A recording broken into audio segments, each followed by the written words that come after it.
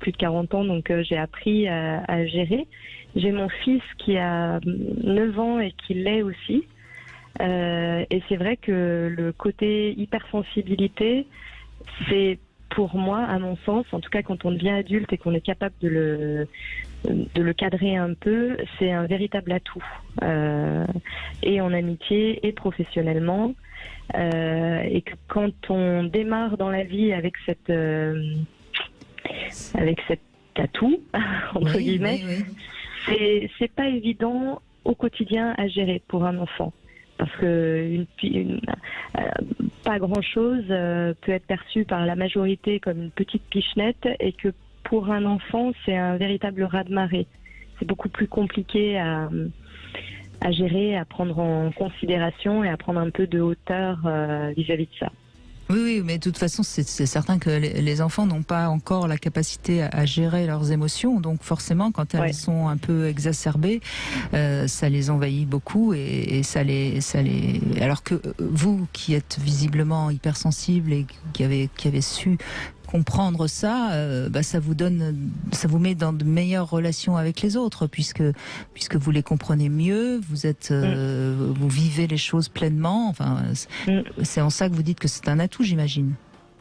Oui, parce que je trouve qu'on vit les choses effectivement à 100% tout le temps, et moi j'aime bien cette sensation d'empathie de toute façon.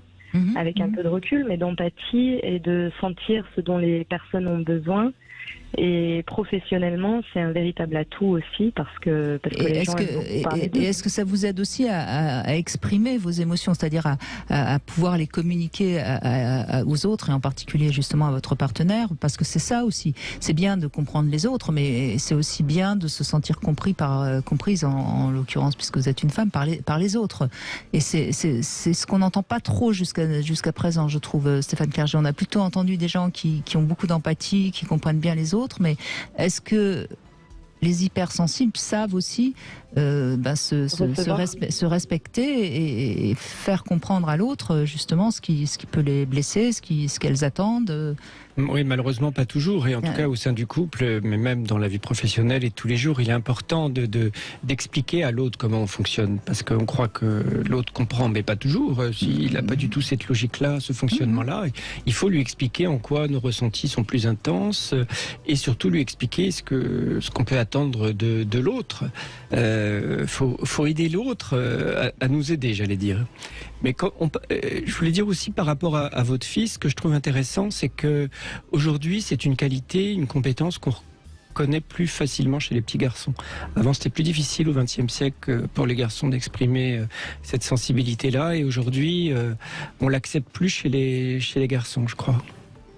Et donc chez les futurs hommes. Oui. Eh oui. C'est vrai que l'homme maintenant a le droit. Le petit garçon peut pleurer maintenant, sans que. Comme au Moyen Âge. Au Moyen Âge, quand on lit les romans de chevaliers, ils passent leur temps à pleurer. Les femmes pleurent pas d'ailleurs.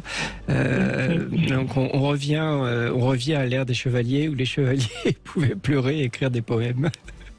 Oui, c'est vrai. Oui, c'est vrai. C'est comme la mode, ça revient toujours. Oui, c'est vrai.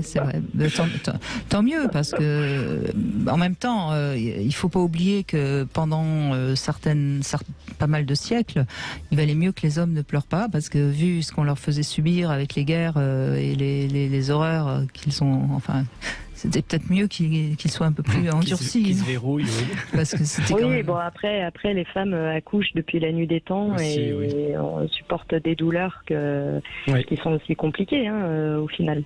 Voilà, oui. Alors ça, je suis bien d'accord avec vous. Accoucher, c'est certainement une des douleurs les plus grandes que l'humain peut connaître. Mais les hommes, ils allaient quand même à la guerre avec une lance, ils se faisaient. Enfin, il fallait pas qu'ils aient trop peur. Je veux dire, ça devait quand même pas être si simple que ça d'être. Oui, et à la fois, on peut aussi. Ce qui est préoccupant, c'était ce souci d'apparier, c'est-à-dire qu'il y a forcément des qualités féminines et des qualités masculines, alors qui varient d'une époque à l'autre. Mais c'est un peu dommage. Il faut laisser plus de liberté d'être autant aux femmes et aux hommes, comme ça, plus épanouis. Et que chacun puisse être ce qu'il a envie d'être. Voilà.